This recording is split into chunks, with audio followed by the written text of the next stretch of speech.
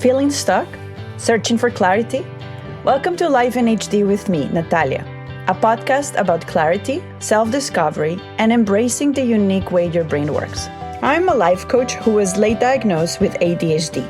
Ever since, I've been on a mission to help others break free from unrealistic expectations and build a life that truly fits them. If you've ever felt overwhelmed, stuck, or like you just don't fit the mold, this is a space for you. Whether you're navigating ADHD, anxiety, or just trying to break free from outdated expectations, with real conversations and practical strategies, I will help you reframe your mindset and build a life that works for you. Let's redefine success, challenge the stigma, and live a life in high definition. Ready? Let's dive in.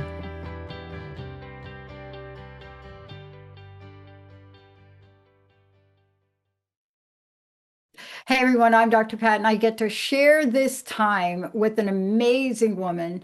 I want you to know that this show is Life in HD with Natalia.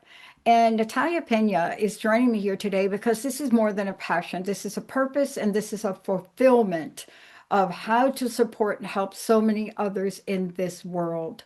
Today's episode is so important. We got to get right to it.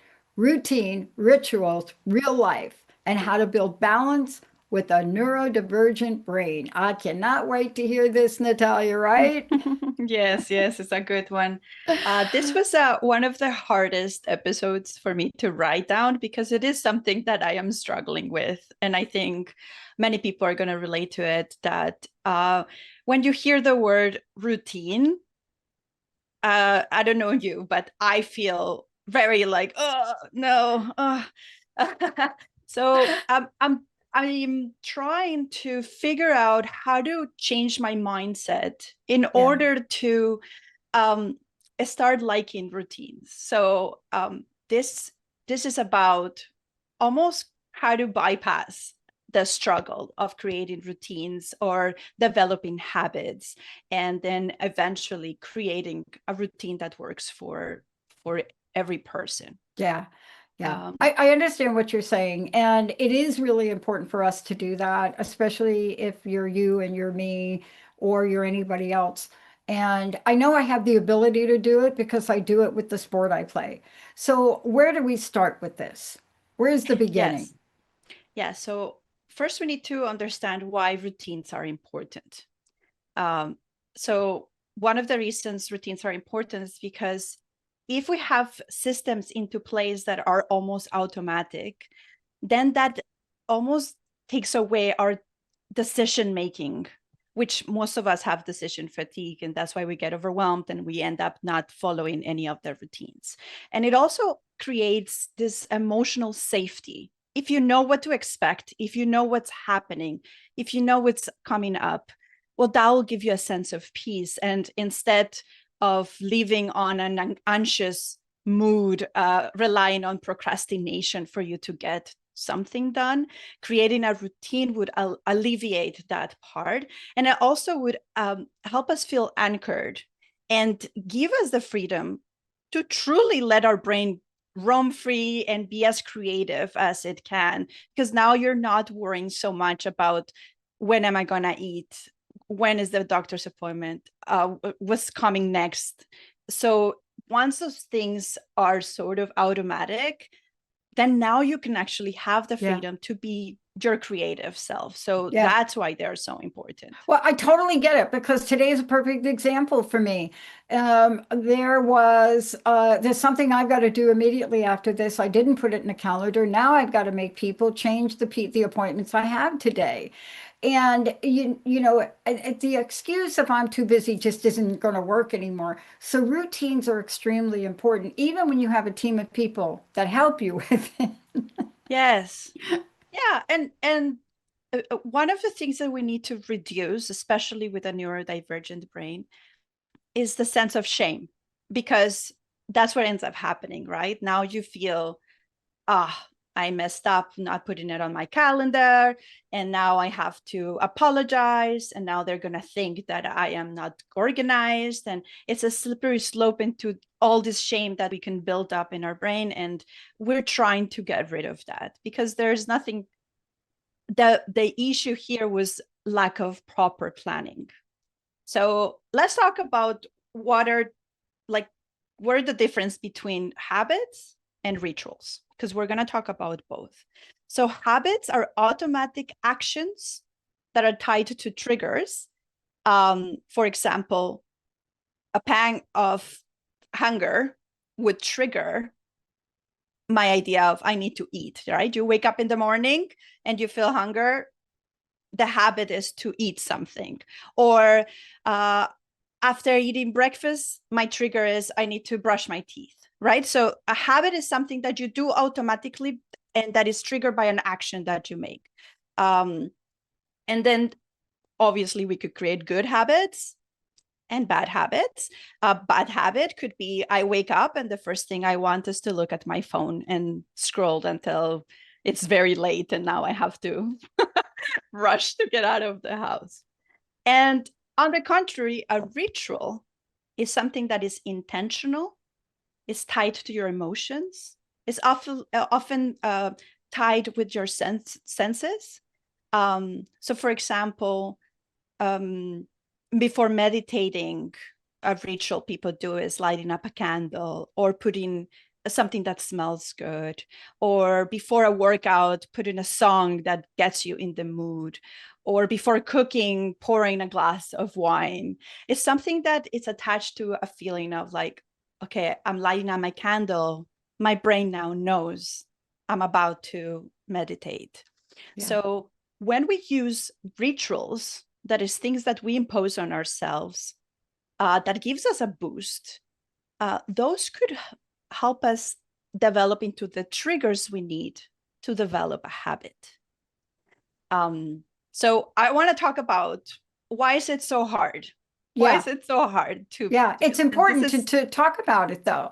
Yes. And you know, there are some times that you're going to help us with this today. Even for the people that don't like structure, you're going to give us a format and you're going to give us tips that could help. Now, when it comes to rituals, I don't need any help with that. I love doing it, but I want to hear from you. Yeah, so that's the beauty about a ritual, is that it's something that we want to do, that is making us feel it. They call it putting us in a vibration. It's almost like you want a state of mind. You want to feel happy or maybe accomplished, or all the sort of emotions that you would want to feed your life with. Those are the rituals that we create.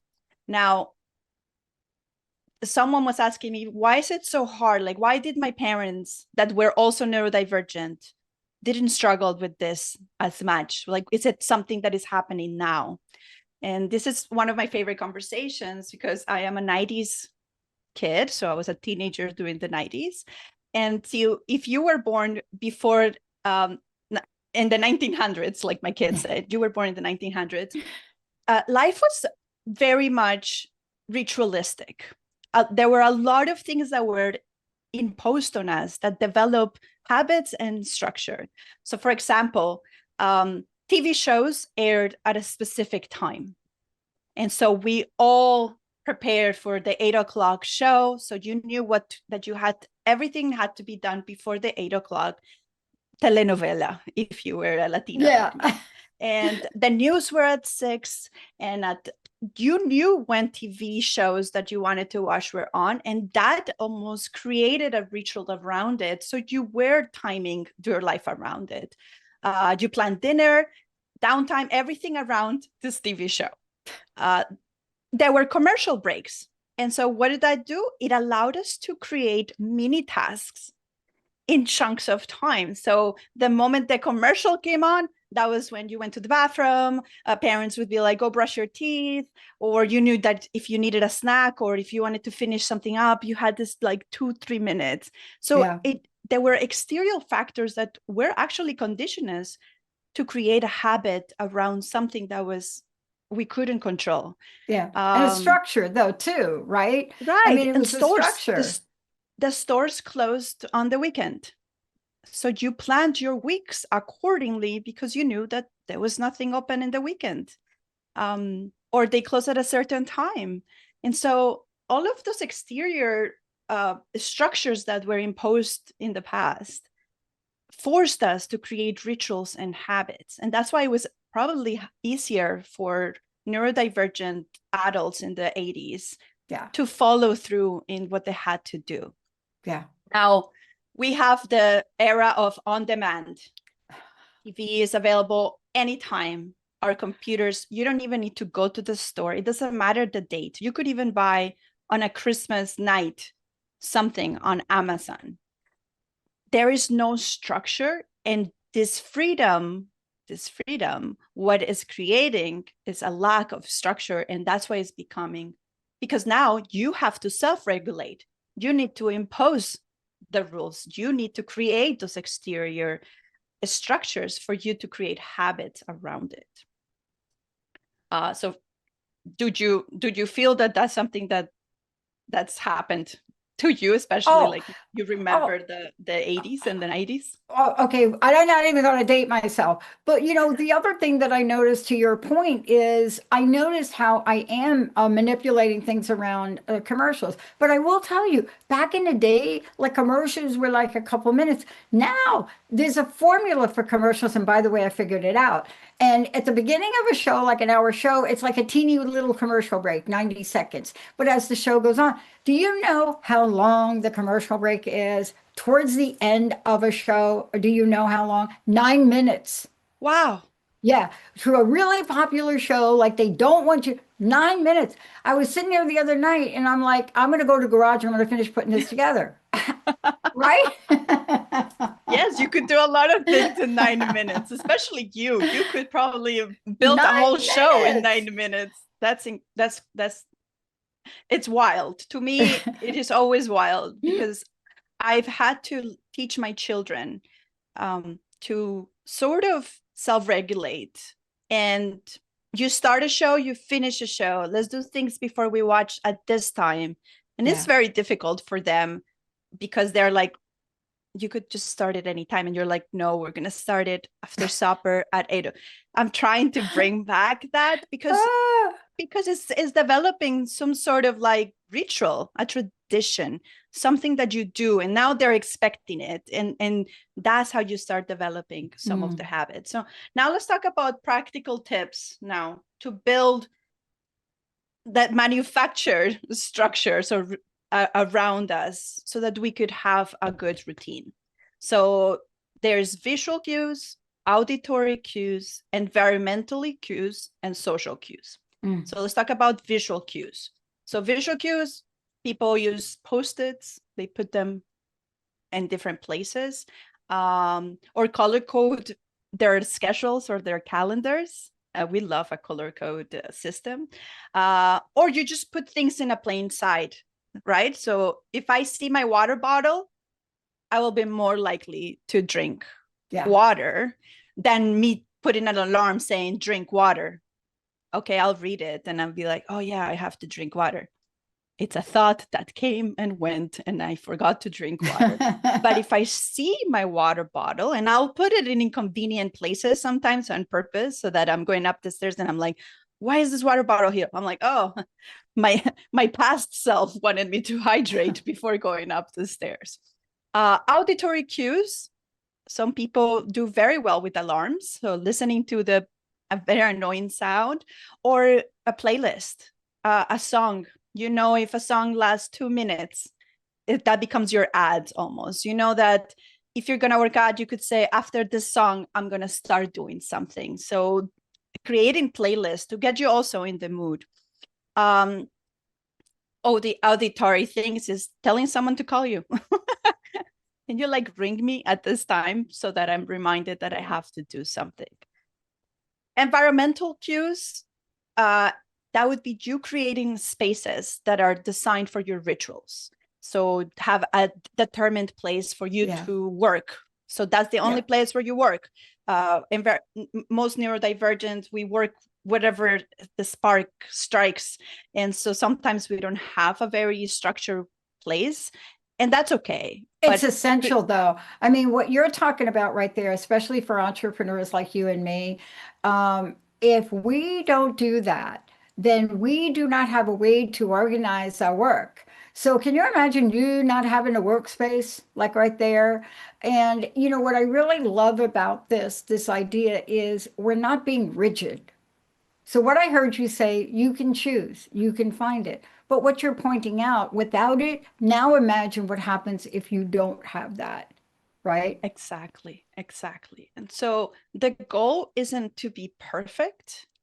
Mm. The goal is that you're creating a support system for yourself. So sometimes you're going to try something, it doesn't work. Okay, let's try something else, Ah, instead of feeling like we failed at life, like, oh, I can't do it. No, that's just you haven't found the right support. So what you need to find is one anchor. So the anchor has to be this uh sort of visual cue or auditory cue, whatever cue is that is going to really help you like trigger the alarm. And mhm. that's going to be and another thing that you need to create is a ritual. So when you have an anchor, a visual a cue or an auditory cue, and you pair it with a ritual that you're doing, that's going to start creating a routine in your life. And that's the win we are trying to Yeah. achieve. Mhm. Now, because we're going to fail, and our tendencies are to feel shame and to beat ourselves up because we can't do it or because it's very difficult. One of the rituals that I'm trying to incorporate in my life is to practice self-love and Mhm. gratitude. So Mhm. it's almost like you're feeding your brain little tidbits of love that you might think you don't deserve, or sometimes it feels weird to Yeah. practice self-love. But what you're doing is truly, you're like embracing your brain, giving it a hug and a kiss. And that's all sometimes it needs for you to be motivated to continue. So I read some of the things that people kind of say to themselves. So for example, you could do while you brush your teeth. Anytime you brush your teeth, you look at yourself in the mirror and you say, I survived today, or I woke up today, you know? I keep it real simple. If that happens, I say, I've got this. That is my go-to. That is so simple for me. I don't care what it is, right? The weed whacker doesn't work. I've got this Ah, because I need to have something simple for my brain. Otherwise, I'm going to fill a story in. And that yeah. story is not going to be the truth, is it? And that exactly. And the stories that we're telling ourselves, we need, if the story is being negative, you need to stop it and start changing to the real fact. So when you build in kindness into your routines, your brain starts associating a structure with safety. Many of us equate a structure or routine with being rigid or punishment because that's how parenting and society was, right? You go clean your room, you go do this, you need to brush your teeth. But if you change the mindset to this is something that I'm doing to make myself feel better, put in makeup in the morning, I'm doing it because I want to feel pretty. And oh, look, I can put makeup in the morning, I can brush my teeth, I have water, I have potable water. Practicing gratitude allows your brain to start feel do what you're doing as something that wants to do more and repeat it and repeat it. Yeah. So routines don't need to be rigid, right? You could have several routines. I have about 4 routines. I have my ideal routine, which is the perfect routine, right? Like you wake up, you do this, you do that. I have it written down. I never do my ideal routine, but it's a model that I have. I have another routine that is 2 things. I just need to get 2 things of my routine done, and that's a win. And sometimes I'll get 3 or 4 or 5. So I start being less hard on myself. Then I have a Yeah. routine when I got my period, because believe it or not, hormones play into how you feel. And so you could create a ritual and a routine and follow it. And then you get your period and you're a whole different person. Or you didn't sleep well at night. I create another routine. I create a routine when my children get sick, because then they kind of destroyed whatever system I created. If they're home, my system is not going to work. So I had to create a routine that works around them.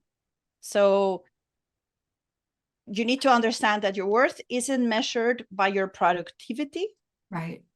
It needs to be built on what feels good and not what looks perfect.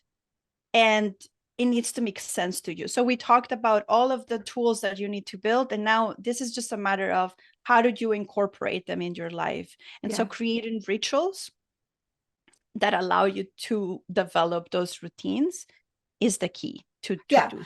And I want to make one comment. One other thing I want to say is for those of you that are listening that are neurodivergent or you know people, there is an acute ability to pivot.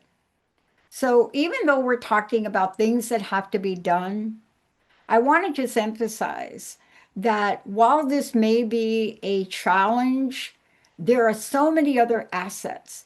There's so many different ways that you can pivot, and that ability to pivot and change, you know what I mean? Change on a dime.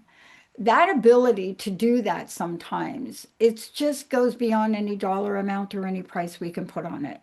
Exactly. And that's why you and I can have this conversation today, and we can plan something and put it into place and change. That's it. And just before we end, I want to say how can we make those external cues ADHD friendly or neurodivergent friendly? So there's 4 things that I want you to think about when you're looking for your cues. Keep them visible. You need to see them. So if it's a post-it or there's an alarm, or you need to see it. You cannot think about it and that's it. You need to actually make it, right? So the water bottle, a timer, a post-it, you need to see it. The other thing is make it playful. If you use humor and you color code it, and you make it your own, you put it in a silly way, that it starts to feel less a routine and more as a game that you're making for your own life. If you look at your life as a video game, it's like you're going through the levels in order to pass today's challenge, you know? So level 1 is let's wake up and then let's go have breakfast and clean the kitchen. The other thing is make them gentle. No shame, no guilt. The idea is to support yourself and instigate your curiosity into finding out who you are. And then what do you do if they don't work? Chuck them and try something else. There is no rule that says you have to use the timer and you need to make it work. Nope. If that sound is not working for you, then look into a vibrating watch or just try anything. There is nothing wrong with trying. And that if nothing is working for you, go online and find there's someone that has figured something out that might work for you. Because it's not that you're broken, it's just that you haven't figured out how to do this. And then you rotate them, because you will get tired of your routines and you will get bored of your rituals. So it is important that they're working and they're useful, and then you start feeling like it's declining. Well, maybe it's time to change and create a new routine or make it a new ritual. And there's nothing wrong with changing it. Don't force yourself to be something that you are not. If you want novelty, then make it new. And that's going to help you just achieve your dreams and get to a place where you're doing the thing, you know? Yeah. And I want to get back to what you said, because I don't think we could say it enough. What we're doing is providing solutions. This is what you're doing. But you also say, we're not broken. We're not defective. So bring this full circle now. The tools, the tips, what you're sharing is to make life flow. But we're not fixing, right? That's it. We're just trying to see life in a high definition, because right now it's blurry. Right now you're seeing your life through a blurry, opaque filter. And so we need to change we need to change it so that you Yeah. can start enjoying what you're looking at, what you're living, what you're experiencing. So like I said, it is something that is hard for me to do. I have 3 children, I have a dog, a husband, and sometimes I create beautiful structures and routines and nobody follows them. And then it's like, and so I have to keep reshaping and retrying. But now, instead of feeling bad because I didn't follow through, I try to understand myself and say, okay, Natalia, this is not working. What should work for us? And you start with a little thing. You start with a little thing. It might be just the one that I told you about, brushing your teeth and telling yourself a message. And then if you don't want to say it out loud because it's weird, write it down in a Post-it and put it in the mirror. You've got this. or if you want to go out or move more, don't aim for the gym membership and being in a triathlon.